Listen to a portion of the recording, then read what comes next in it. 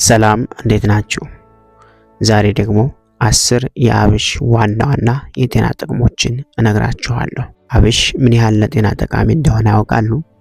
ለልብ ድካም፣ ለደም ግፊት፣ ኮሌስትሮል ለመቀነስ፣ ለጨጓራና በስኳር በሽታ ለሚሰቃዩ ፍቱን መድኃኒት ነው።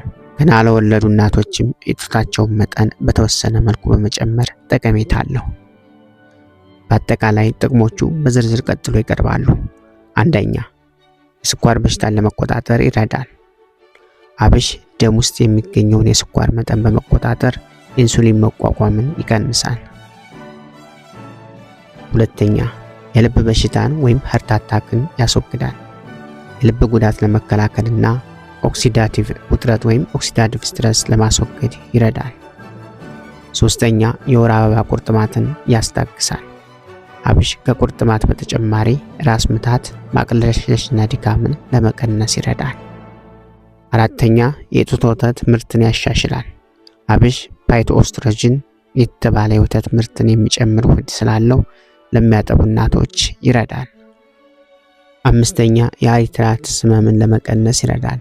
አብሽ አንቲኦክሲዳንት እና አንቲ ኢንፍላማቶሪ ባህሪ ስላለው በአርትራይተስ የሚመጣን ህመም ለመቀነስ ይረዳል። ስድስተኛ፣ የምግብ መፈጨት ችግርን ያስወግዳል።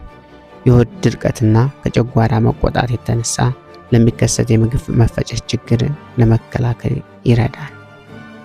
ሰባተኛ፣ ጸረ እርጅና ጥቅም አለው።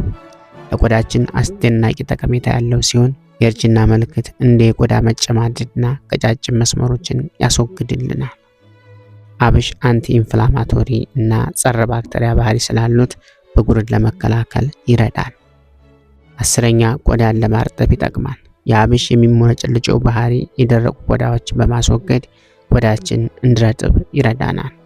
ውድ ቤተሰቦቼ፣ ይህ መረጃ እጅግ አስፈላጊ መረጃ ስለሆነ ለሌሎችም ሼር አድርጉላቸው እንድትጠቀሙበት። ቪዲዮውን ላይክ አድርጉት። ቤተሰብ ያልሆናችሁ ቻናሉን ሰብስክራይብ በማድረግ ቤተሰብ እንድትሆኑ ጋብዛለሁ። በቀጣይ ቪዲዮ እስከምንገናኝ በያላችሁበት የዓለም ክፍል የእግዚአብሔር ሰላምና ፍቅር ከሁላችሁም ጋር ይሁን። ሰላም።